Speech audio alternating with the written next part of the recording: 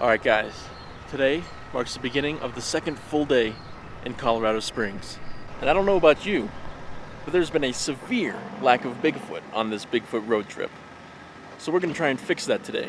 Our plan today is to drive up the Pikes Peak highway. I don't know how far exactly we're going to make it up the highway, but we're going to see what kind of amazing things we can find along the way.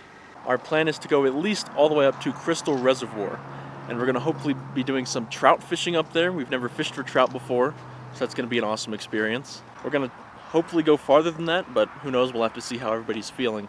Jackson got a bloody nose last night, but other than that, everybody seems to be in good shape. We'll see how quickly that changes once we start driving. It'll be the first time I've been back since 2018, and it'll be the first time the boys have been up there. So, we're packing up the last bit of our stuff, getting ready to go, and it's going to be an awesome journey. I don't know what we'll find along the way, but I do know for sure that we are going to find new Bigfoot sign.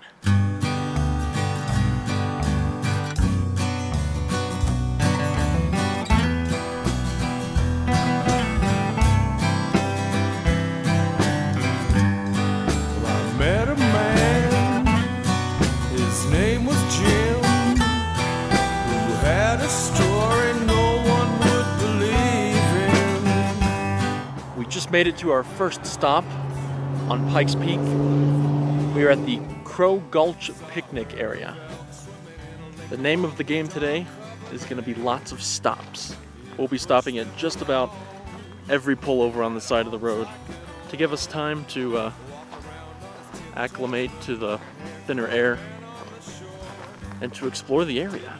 We probably won't be exploring any of these areas for very long, but we'll be making lots of little stops along the way. That is lovely. Oh, Jim Henry's got a new friend.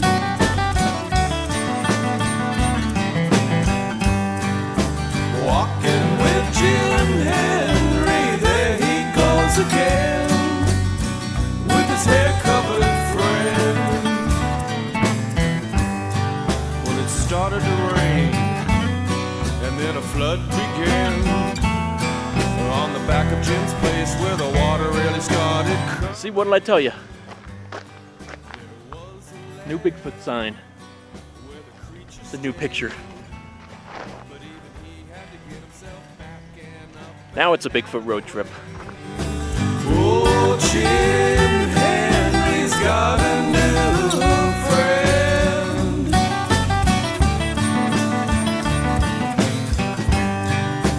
Walking with Jim Henry, there he goes again, with his hair covered friend.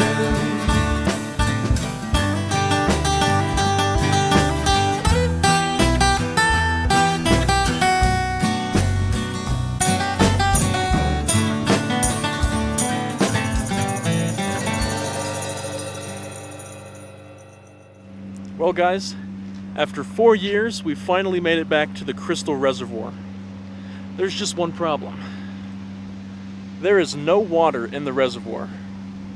There is a small bit, a puddle basically, but that is all that's left of Crystal Reservoir at the moment.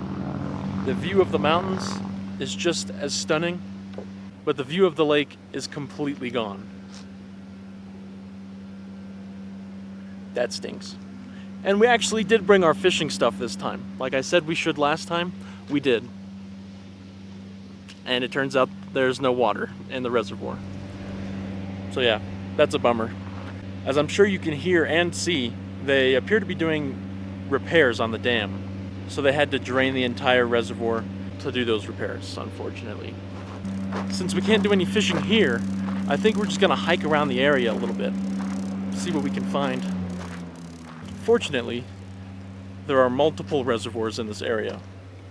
So after hiking around here, we might go see if we can find another reservoir that we can fish at. While it's only the 31st tallest peak in Colorado, standing at an elevation of 14,115 feet above sea level, Pikes Peak has become a popular destination among tourists, backpackers, and sightseers.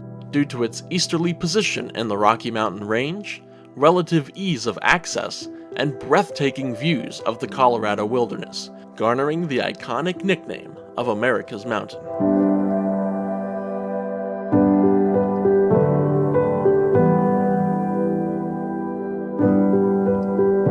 On our way up the mountain, we decided to stop at the South Catamount Reservoir to try our hand at some trout fishing. These Pikes Peak reservoirs, which supply water to the city of Colorado Springs, are home to a variety of fish species, including cutthroat trout, brook trout, and rainbow trout, our target species of the day. This was our first time trout fishing, so we were equipped with neither the knowledge nor gear to properly target these fish. But with simple bobber and spinner rigs, we were hoping to try our hand at catching one of these beautiful animals. Unfortunately, while we each had a few bites throughout the day, our inexperience got the better of us and no fish were caught. I didn't mind though, because the views from the lake were spectacular.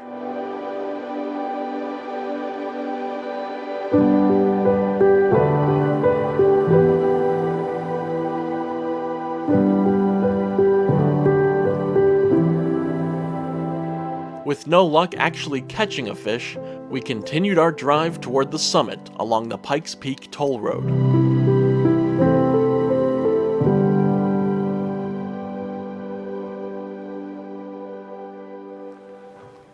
Alright, we just finished up out at the reservoir.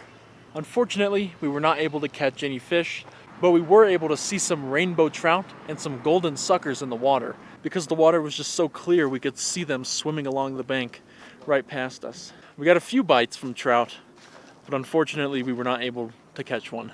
But that's alright. I've never seen a trout in the wild, so just seeing them swimming in a clear water reservoir in the mountains of Colorado, that's worth it for me. So now that we finished up on the water, we decided to come here to the halfway picnic grounds. And naturally, we're gonna have some lunch. I'm definitely starting to feel that thinner air as we go up the mountain.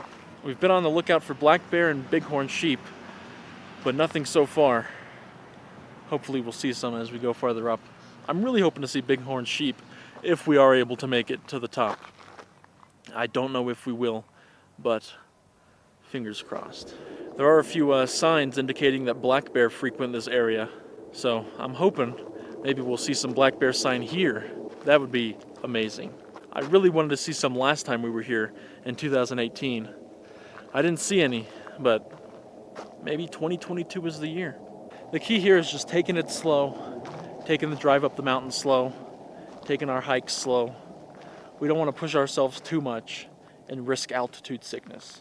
We were just living on the Gulf Coast of Mississippi for 2 years, so we are not used to this elevation at all. So now the goal is to have some lunch, relax a little bit, and then continue on our way.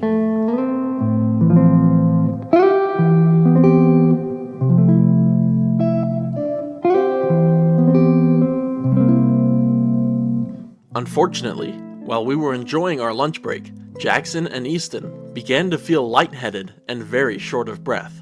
And Jackson, who had already been getting nosebleeds over the past couple of nights, started feeling dizzy and nauseous. These are all early symptoms of altitude sickness, and if left untreated, serious altitude sickness can cause heart palpitations, lung tissue damage, and even death in severe cases. Wanting to avoid the onset of worsening symptoms, we decided it was best that we descend back down the mountain and leave the summit behind. While we were initially hoping to make it all the way to the summit of Pikes Peak, safety should always be prioritized in potentially dangerous situations, and making it to the summit just wasn't worth the risk of altitude sickness. And so, we began making our way back down the mountain.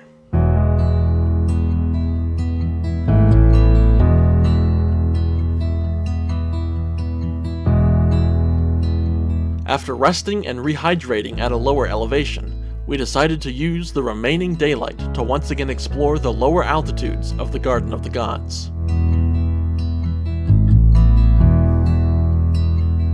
I've been lying here for too long. I don't know what else to do. I wanna get away from every little thing just to try to make it through.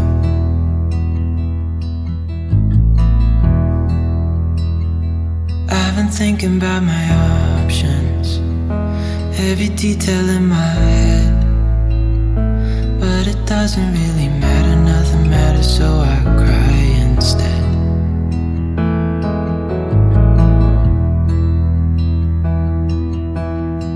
I've been running circles, trying to catch my breath. I've been trying everything I can, but I ain't got nothing left.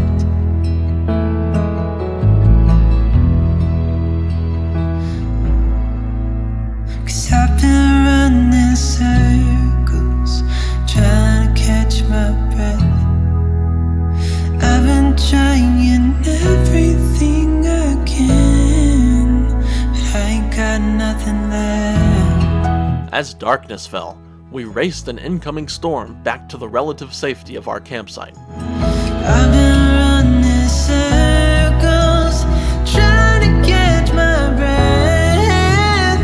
I've been trying everything I can. I ain't got nothing left. Fortunately, we safely made it to our site, exhausted, and quickly drifted off to sleep, bringing our final day in Colorado Springs to a close.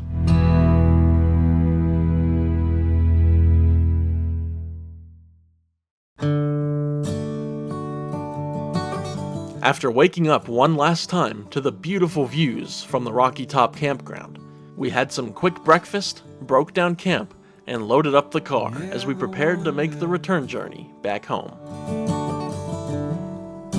If days like these last with one another.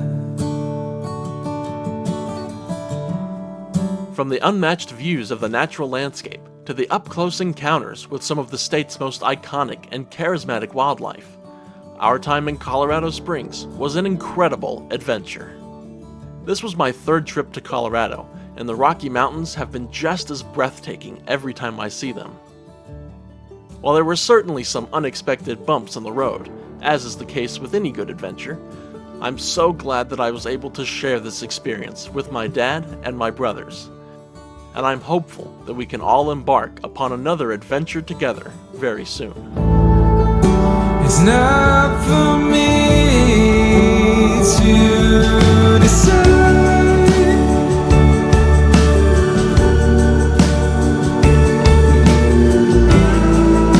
if I should be the one by your side.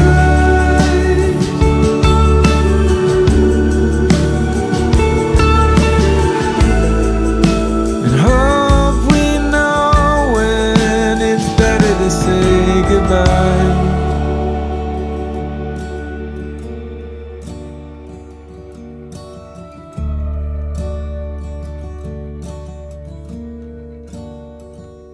Do you ever wonder